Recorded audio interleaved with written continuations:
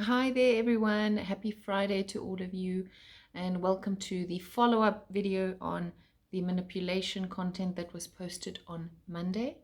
My name is Tamara and I'm a psychologist in South Africa. Thank you so much to all of you, especially for your comments on Instagram around questions around this topic and some comments which help guide some more of this thinking towards answering today's question.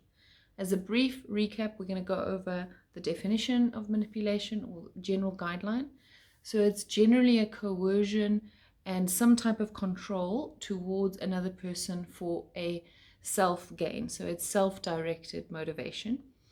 And it propels the other person to question reality, to feel quite confused, to start to self-doubt themselves, and to appease the other person repeatedly. Today's video is going to be looking at some strategies on how to deal with this manipulation. If you would like to look at the other content on how to detect if you are being manipulated, please check out Monday's video on signs that you are being manipulated. So for today's content, let's look at how do we manage this. So the first tip or trick is to start to clarify reality, clarify communication. Why is clarifying so important with this type of dynamic is because of the confusing, ambivalent reality that sometimes gets spun, where a part of you is going to question your reality versus theirs. So where that confusing narrative lies is actually, it's like a tactic to avoid responsibility or to avoid facing that they do manipulate or twist things a lot of the times. And so when we start to question and clarify, you start to see things like people start to screenshot things, text messages, phone calls, and say, you said this then, and you're doing this now. Or if the manipulator twists the reality of what you've said, you start to self-blame, self-question, and feel quite responsible and quite on trial often. You'll feel very much like you're the bad person. What is so important around this is to take it back, to really externalize reality, contextualize it, that it's actually a relationship.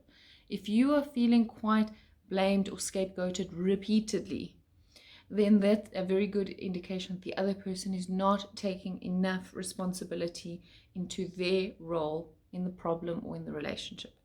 So your first step is to clarify. So you're going to clarify what they say, what they mean, and try and to give them shared responsibility. So you can start by saying, I understand where you're coming from. This is what I'm feeling. This is how I experience the relationship, and give it back to them. See if they have empathy and any self-reflection skills. That is going to give you a very, very good indication if this person is able or willing to negotiate with you towards a shared goal. If that doesn't happen, so if they continue to say that you are the problem or what you are doing is wrong, and they're not willing to take on much clarification, responsibility, and things like that, then you have a very good idea where they stand. From there, you can start to say things like, what I'm saying and what you are hearing are two different things, and it seems like we have two different versions of truth in this dynamic.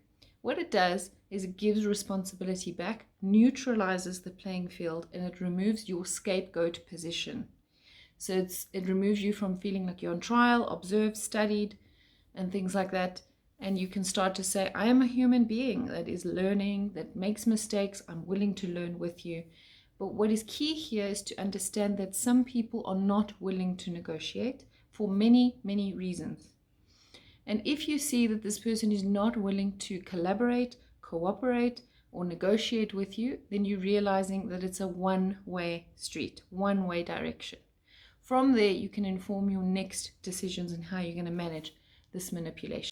The second tip that you can look at to work on is to work on your own inner vulnerable emotions that are hooking you in, which is a follow-up to Monday's video. Those vulnerable emotions are the things that keep you looped in and drained and trying to get through to somebody that's not willing to listen. And also your own internal guilt, people-pleasing, and things like that, or dutifulness. You've got to start to work on those emotions that are being provoked out of you. So as soon as you feel continual guilt, indebtedness, a sense of duty or loyalty, or a sense of people pleasing, you need to start to work on this. See, people pleasers often come from parent pleasing in childhood, so they're very, very used to this dynamic of trying to please a parent that possibly didn't have the emotional tools, they have their own generational trauma, or they're not good with empathy and self-reflection. So as a child, they learn from parents like this that things are largely their fault, their responsibility, and they carry that into adulthood. And they tend to fall into these relationships in all types of dynamics where they take too much responsibility in trying to appease either the situation or the person repeatedly. And they go into that reenactment, that unconscious image projection from childhood in trying to appease a person that is not doing their part in the relationship. Remember, a relationship is two ways. Two people, or minimum of two people, contribute towards the overall health of the relationship. So if they're not willing to work with you towards the overall health of the dynamic, then you've got a very, very good indication of how much responsibility you're going to be expected to take, which is very large, and how much responsibility they're willing to take, which is not going to be very much. If you want to stay in this type of dynamic, it's just important to know that this is what's going to happen going forward. There may be good behavior for short periods of time when they see you detach or things like that, but long term you need to observe if this person is willing to take on their responsibility. So you got to work on those internal vulnerable feelings: guilt, sense of indebtedness, dutifulness, all of those things that are trying to hook you in. So say, for example, you're a person that wants to be liked. You don't want to be seen as a bad person. That's very often a hook that pulls people in, because in these types of dynamics you will feel quite bad often. And where this comes from is projected blame, which is shame inside the other person for whatever reason. We don't know exactly. We are all so complicated. There's so many dynamics that play. So when that person doesn't know how to deal with the shame, they'll project it onto you, you'll take the blame, and you've internalized shame, guilt, all of those things. You need to work on them, externalize the behavior that's coming towards you, towards your own internal feelings, and really analyze this. When you are observing that the other person is not able to take on any type of feedback or responsibility, then you can start to see and accept the person as they are and the behavior that's going to be expected until they're ready to change and really start to self-reflect. From there and from that aspect, you can decide what type of relationship you can have. Sometimes you're in a no-win situation, like if you're co-parenting with someone, or you're working with someone or a family member, you have to have some type of relationship, but it could be more practical going forward.